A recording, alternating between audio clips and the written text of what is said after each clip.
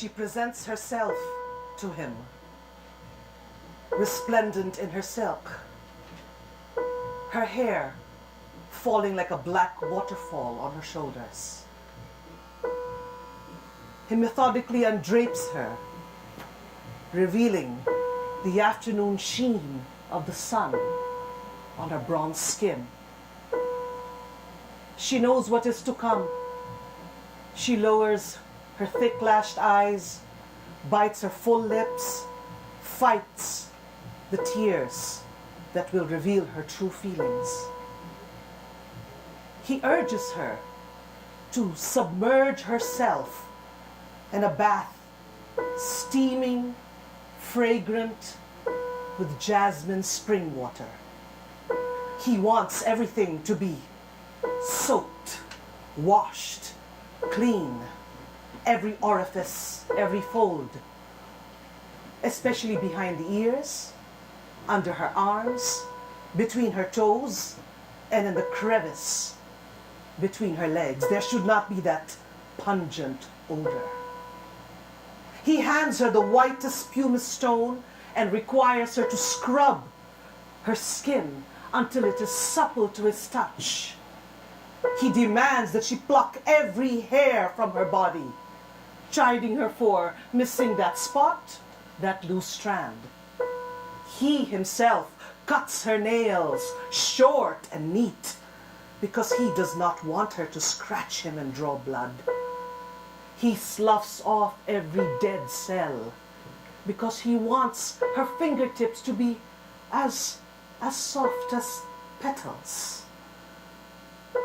After this fastidious foreplay, he wears his elbow-length gloves of leather and proceeds to make love to his revamped, overhauled, virgin-like lady.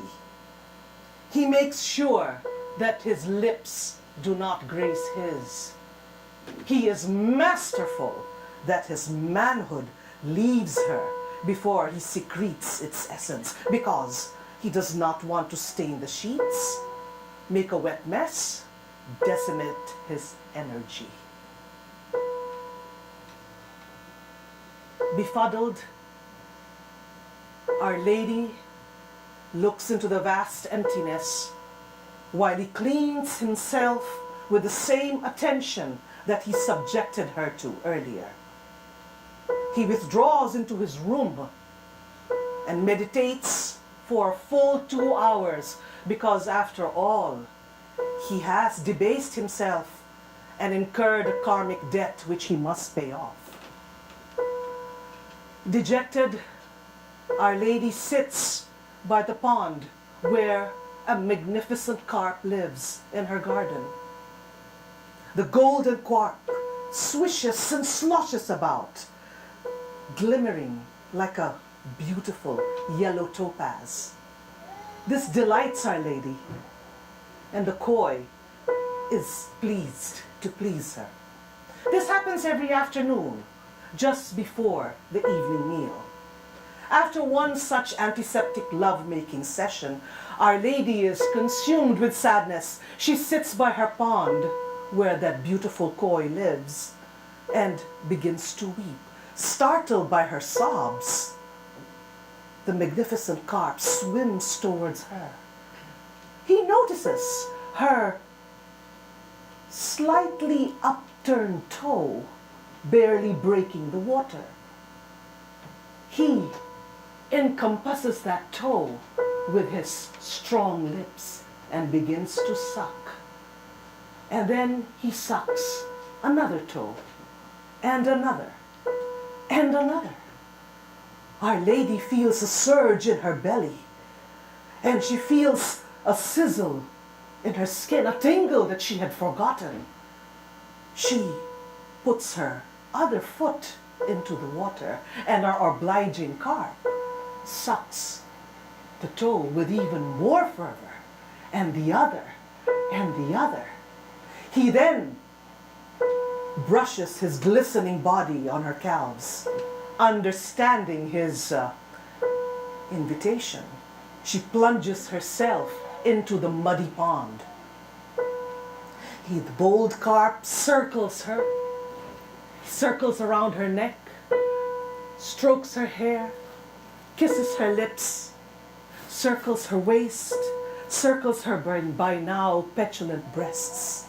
He nuzzles her navel and nudges her to spread her legs, to surrender to his virile caresses. He then blows streams of bubbles into her most secret parts, making deeper and deeper incursions into her powerhouse and leading her to paths of pleasure that she had never gone before, especially not in the arms of her beloved lover. Later, both animal and woman rest, floating on the frothy ooze of that murky pond. She heavy-lidded with contentment, and he with his lidless gaze, unwavering, under the gleeful applause of the gasping stars.